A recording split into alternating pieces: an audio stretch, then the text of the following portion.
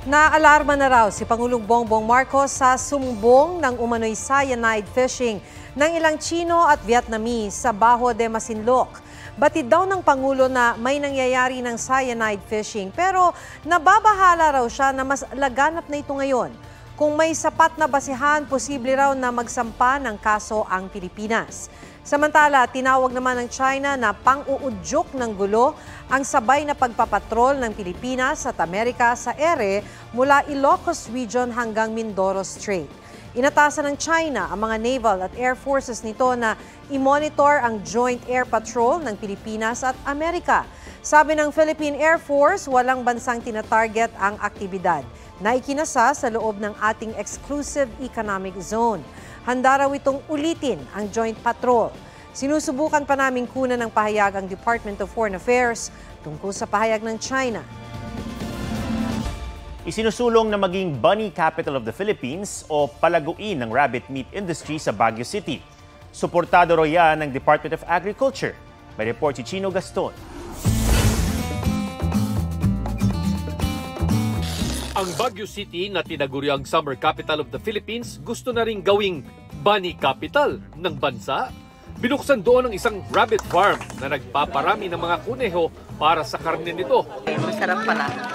Para namang chicken. Para sa project director ng rabbit farm, panahon na para palaguin ang rabbit meat industry. Gusto raw nilang pababain ang presyo ng rabbit meat na sa ngayon ay nasa 400 to 450 pesos per kilo. Mas mahal pa sa manok at baboy.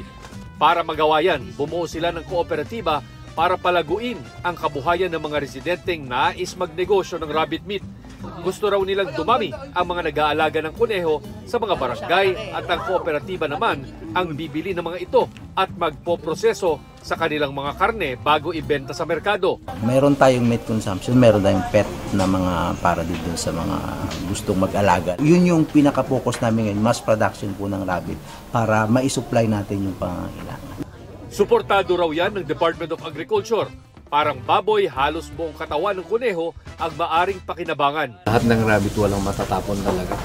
Yung mga paa, pwedeng gawing keychain yun. Lahat ng mga yan pwede mong pagkaritaan. You just ask siguro yung mga expert kung paano gagawin. Handa raw ang breeding farm ng ahensya sa Baguio City na magbigay ng technical support sa mga gustong magnegosyo ng rabbit meat. Tingin ng DA, magiging patok ang negosyong ito sa Baguio City at sa buong Cordillera dahil maraming gulay roon na pwedeng makain ng mga kuneho. Balang araw, posible raw na maging bunny capital ang Baguio City. Nakikita rin namin yung lapang na to, it will become a big industry in the future. Chino Gaston nagbabalita para sa GMA Integrated News. Inalmahan ni Dominic Roque ang mga mapaniraan niyang pahayag ng entertainment vlogger na si Christopher Min kasunod ng breakup nila ni Bea Alonzo. Itinanggi ng aktor ang mga malisyosong pasaring na nagdawit pa ng dalawang politiko. May report si Aubrey Carampel. Binasag na ni Dominic Roque ang kanyang pananahimik kaugnay ng mga naglalabasang issue matapos ang hiwalayan nila ng ex-fiancé na si Bea Alonzo. Kinondina ng kanyang kampo ang mga akusasyong isiniwalat ng entertainment vlogger na si Christopher Min sa kanyang vlog. Malicious at defamatory raw ang sinabi ni Fermin na may politikong benefactor si Dominic na siyang nagmamay-ari ng tinutuluyan niyang condominium unit. Idinawit daw si Dapitan City Mayor Bullet Halushos na matagal na niyang kaibigan at may-ari ng inuupahan niyang unit. Nahihiya raw si Dominic at humihingi siya ng paumanhin kay Mayor Bullet at sa pamilya nito. Nagsorry rin si Dominic kay dating Congressman Bong Suntay at sa pamilya nito na nagdulot ng pagdududa sa sexuality ng dating kongresista. Pagdidiin pa ng kanilang kampo, walang gas station na pagmamay-ari si Dominic. Sabi ni Suntay, may mga naglagay raw ng mali siya sa pagkuha niya kay Dominic bilang brand ambassador. Kahit hindi niya pangalanan, siyempre pagka sinabi mo na sino ba naman yung politiko na may-ari ng gasoline company. Matagal na raw niyang kaibigan si Dominic na nakilala niya dahil sa kanilang hilig sa pagmumotorsiklo. That gesture of wanting to help a friend was twisted by some people. Unfair. Buti kung ako lang. Paano yung pamilya ko, yung anak ko, yung asawa ko?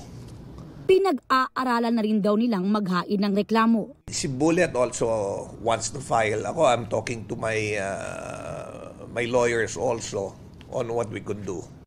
Alam daw ni Dominic bilang isang celebrity, open to public discussion ang kanyang buhay. Pero lumagpas daw ng hangganan ng protected free speech si Fermin at sinadyang magdulot ng pinsala sa integridad at dangal ng mga apektadong individual. Hindi rin daw sinikap ni Fermin na kumpirmahin ang anilay defamatory statements kay Dominic. Pagdidiin pa ni Dominic, hindi sila nag-away ni Bea dahil sa prenuptial agreement. Sinusubukan pa naming kunan ng pahayag sina Mayor Bullet at Christy Fermin. Aubrey Carampel, nagbabalita para sa GMA Integrated News.